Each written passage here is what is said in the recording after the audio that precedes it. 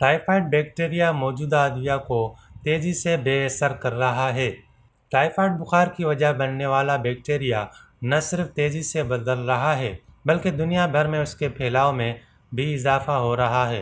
Lancet नामी मुमताज़ तिब्बी जरीदे में शाया एक रिपोर्ट में कहा गया है कि साल्मोनेला एंटेरिका सेरोवर टाइफाई बैक्टीरिया का तफसीली जीनियाती मुताला बताता है कि न सिर्फ बैक्टीरिया मशहूर तरीन एंटीबायोटिक्स को नाकाम बना रहा है बल्कि 1990 से अब तक इसके आलमी फैलाव में 200 गुना इजाफा हो चुका है।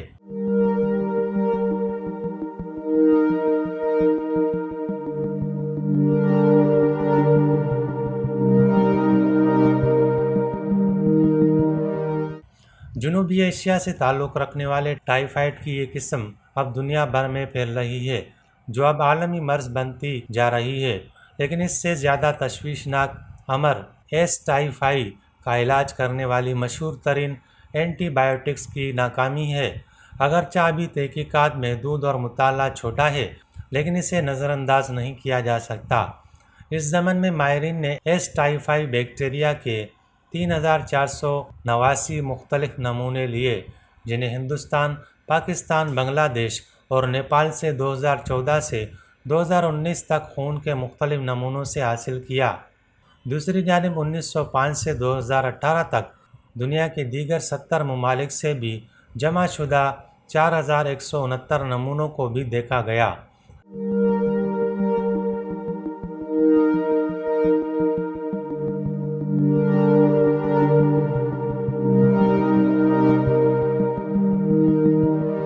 इस तरह कुल 7658 जीन ऐसे सामने आए जो एक से ज़्यादा अदविया से मज़ाइम यानी मल्टी ड्रग्स रेजिस्टेंट थे।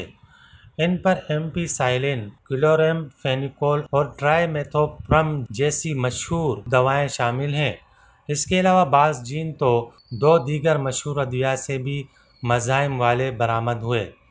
मालूम हुआ कि 1990 के बाद से अब तक एस टाइफाई की मुख्तलिफ इक़साम के एक मुल्क से दूसरे मुल्क फैलने के वाक़यात में 197 गुना इजाफा हुआ है। टाइफाइड की ये इक़साम पहले अफ्रीका पहुंची और अब अमेरिका, बरतानिया और कनाडा में भी दरियाफ़ हुई हैं। ताहम माहिरीन ने तशवीश ज़ाहिर की है कि कई जीनियाती तब्दीलियाँ ज़्यादा ताकतवर एंटीबायोटिक्स अदविया को भी नाकाम बना सकती हैं, जिनकी अक्सरियत तीसरी नस्ल की एंटीबायोटिक्स शामिल हैं। साइंसदानों ने इस अमर पर तहकीक और निगरानी का मशवरा दिया है।